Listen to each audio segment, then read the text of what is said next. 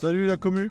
Aujourd'hui, grande première, on essaye pour la première fois les caméras à la place des rétros sur les modèles T et TI de chez Renault Trucks. C'est un changement radical, premier truc qu'on voit, la vision directe. Ici, on n'a plus les gros rétros qui nous gênent, vous savez, quand on arrive à un stop ou à céder le passage. Donc on a les deux petits écrans sur les montants de la cabine. Un premier écran de 12 pouces, un écran un peu plus grand sur le côté droit, qui fait 15 pouces. J'ai des aides en plus sur les écrans. 3 petites lignes. La première, celle du bas qui est réglable suivant votre semi et qui vous indique le bout de votre remorque. Donc vous allez voir quand on va faire une mise à quai tout à l'heure, ce sera easy.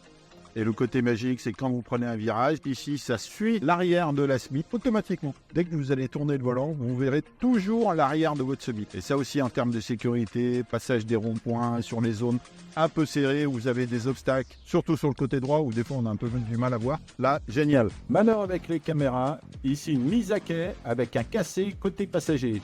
Deux possibilités. Soit j'utilise le joystick avec une petite impulsion à droite et ça m'élargit le champ de vision à l'arrière de la remorque. Deuxième possibilité, je dézoome l'image. La remorque est plus petite, mais par contre, ça a un intérêt, c'est que je vois la totalité de l'environnement à l'arrière de la remorque. Je vais faire la manœuvre en grand angle tant que ma remorque est cassée. Et dès que je me suis remis à peu près droit, je repasse en mode normal pour m'aligner sur le quai. En bonus, en supprimant ces rétroviseurs extérieurs, on gagne en aérodynamisme et donc en consommation soit de gasoil, soit d'électricité. Le radar de détection latérale qui permet de couvrir l'angle mort est ici indiqué sur les écrans des rétros.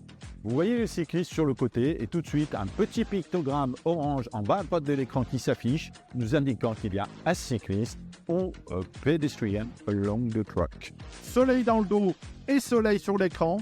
Malgré tout, on garde une vision parfaite et en plus, on n'est pas ébloui. Il est à peu près 2 h du matin, on sort du club.